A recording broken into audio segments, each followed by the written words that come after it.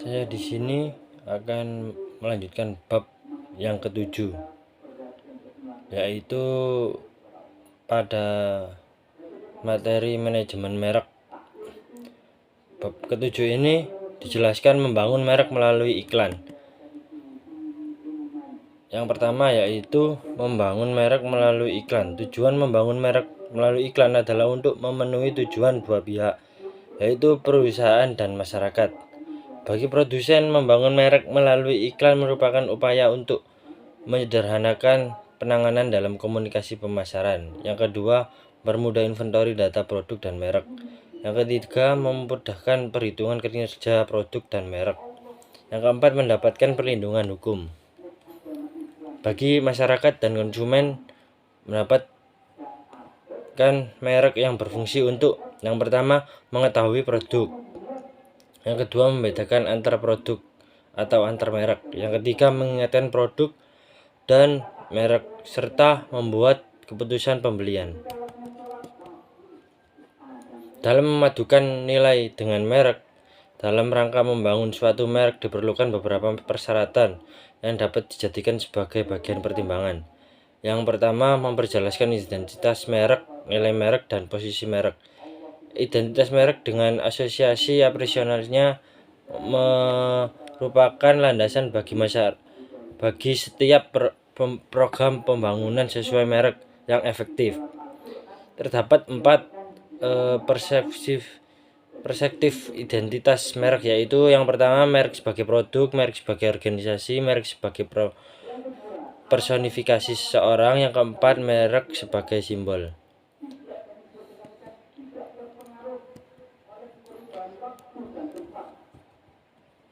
Di sini yaitu konsisten dan relevan selamanya.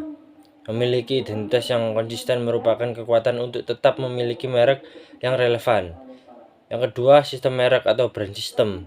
Kunci untuk mengatur merek dalam sebuah lingkungan bisnis dan kompleks adalah dengan mempertimbangkan merek sebagai suatu sistem yang saling mendukung satu sama lain. Yang ketiga, menyampaikan merek atau brand leverage. Salah satunya keberhasilan strategi adalah menciptakan dan menerbangkan aset-aset yang ada. Yang keempat, jarak merek atau brand tracking. Jejak merek merupakan upaya terus-menerus mengamati merek, termasuk kesadaran merek, persepsi kualitas. Yang kelima, jejak merek atau brand. Yang kelima, tanggung jawab merek atau brand responsibility. Tanggung jawab merek bukan hanya tanggung jawab manajer merek, tetapi juga tanggung jawab semua pemangku kepentingan yang terlibat di dalam produk. Yang keenam, investasi dalam merek atau invest in brand. Tetap secara konsisten melanjutkan investasi dalam merek walaupun tujuan finansial perusahaan belum terpenuhi. Memelihara komunikasi atau maintenance of communication adalah upaya dalam rangka memelihara keberadaan merek di pasar. Dalam pemasaran dikenal istilah customer relationship marketing. Memelihara komunikasi melalui periklanan merupakan customer relationship marketing for brand. Identitas merek. Apa itu identitas merek? Identitas merek adalah unsur utama dan dalam membangun dan mengomunikasikan nilai merek dan posisi merek serta manfaat-manfaat ekspres untuk diciptakan dikomunikasikan. Yang kedua, membuat iklan tepat sasaran. Membuat sekilas iklan yang tepat sasaran adalah suatu cara untuk membuat merek sebagai bagian dari kehidupan pasar sasaran yang akhirnya akan menjadi pengingat dan tepat ketika suatu pasar sasaran kebutuhan suatu dalam memenuhi kebutuhannya. Misalnya sebagai iklan Yamaha semakin di depan, yang berarti selangkah lebih maju. Yamaha Indonesia selalu berusaha untuk mencapai segalanya. Tahapan dalam proses kreatif mulai dari tahap persiapan preparation.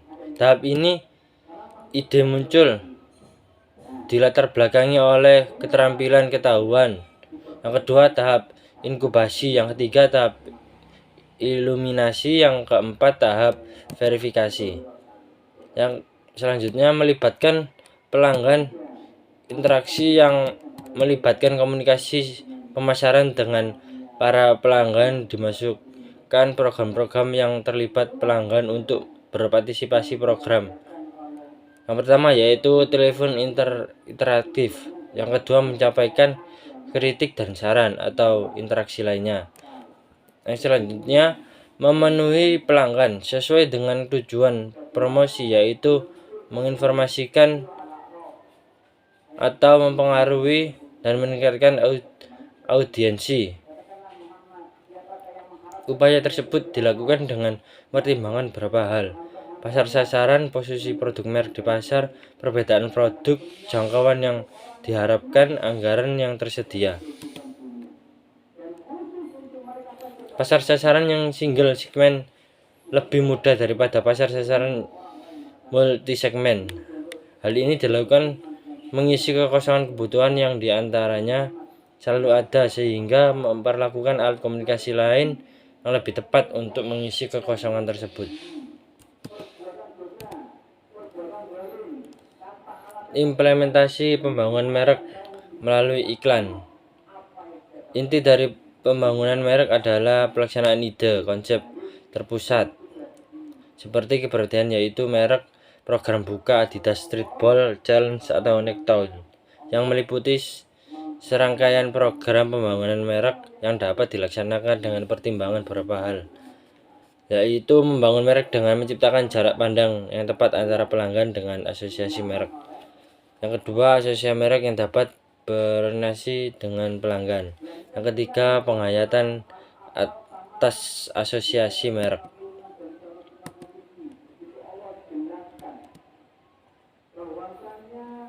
Komunikasi pemasaran terpadu untuk membangun merek, terutama melalui program periklanan, dapat dilakukan dengan pertimbangkan: yang pertama pembukaan, yang kedua perhatian, yang ketiga pemahaman, yang keempat hasil, yang kelima perencanaan, yang keenam tindakan atau perilaku.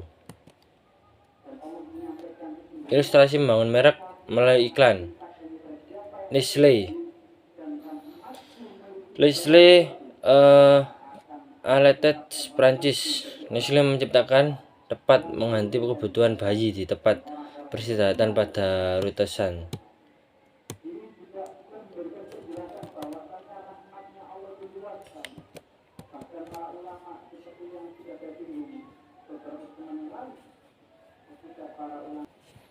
Yang selanjutnya bab 8, hierarki merek. Metrik merek atau produk merupakan sebuah alat yang dapat digunakan untuk menandai suatu produk dan merancang strategi merek suatu perusahaan. Metrik tersebut terdiri dari baris yang mewakili merek sebuah perusahaan dan kolom menggambarkan produk. Portofolio merek. Portofolio merek ini yaitu satuan dari semua merek, bentuk merek yang ditawarkan oleh suatu perusahaan yang akan dijual kepada calon pembeli dalam kategori tertentu. Secara umum, prinsip dasar dalam mendesain sebuah brand portofolio adalah untuk memaksimalkan jangkauan pasar sehingga tidak ada pasar potensial yang diabaikan. Selanjutnya, hierarki merek itu yaitu sebuah merek merupakan ringkasan dan strategi pemberian merek dengan menampilkan jumlah dan sifat alamiah yang perbedaan brand elemen dari produk-produk perusahaan.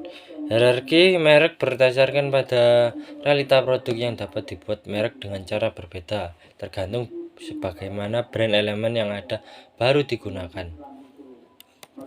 Selanjutnya, secara khusus merancang hierarki merek dan strategi merek melibatkan keputusan yang berkaitan dengan hal.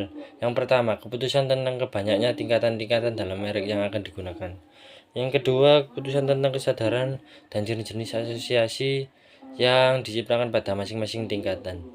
Yang ketiga, keputusan tentang bagaimana cara menghubungkan merek-merek dari tingkatan produk yang berbeda. Yang keempat, keputusan bagaimana caranya menghubungkan untuk suatu merek dengan produk. Yang selanjutnya berikut merupakan unsur merek mungkin memiliki tingkat potensi dari suatu hierarki merek. Yang pertama, merek perusahaan. Yang kedua, merek keluarga. Yang ketiga, merek perseorangan. Yang keempat, modifikasi hasil rancangan atau model.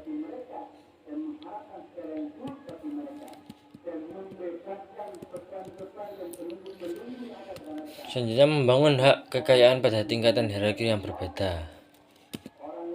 Yang pertama yaitu tingkatan merek badan hukum atau perusahaan, yaitu citra perusahaan berkaitan erat dengan merek perusahaan ketika memainkan peran penting di dalam strategi pemberian merek diadopsi. Yang kedua, hak kekayaan produk perusahaan terjadi ketika pelanggan memiliki komitmen yang kuat terhadap merek tersebut. Yang ketiga, asosiasi abstrak merupakan kekuatan maya yang biasa dalam membangun kredibilitas perusahaan. Yang keempat, kredibilitas perusahaan tergantung pada tiga hal, yaitu corporate expertise, yang kedua corporate trustworthiness, yang ketiga corporate likability.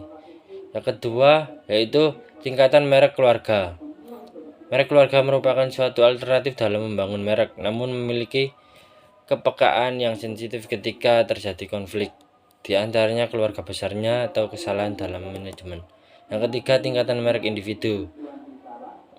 Merek yang digunakan dalam suatu kategori produk yang digunakan beberapa produk yang varian produk yang berbeda. Yang selanjutnya, merancang suatu strategi merek dengan hierarki merek. Luasnya jangkauan suatu strategi merek berhubungan dengan sifat banyaknya sebagai produk dihubungkan dengan merek yang ditawarkan.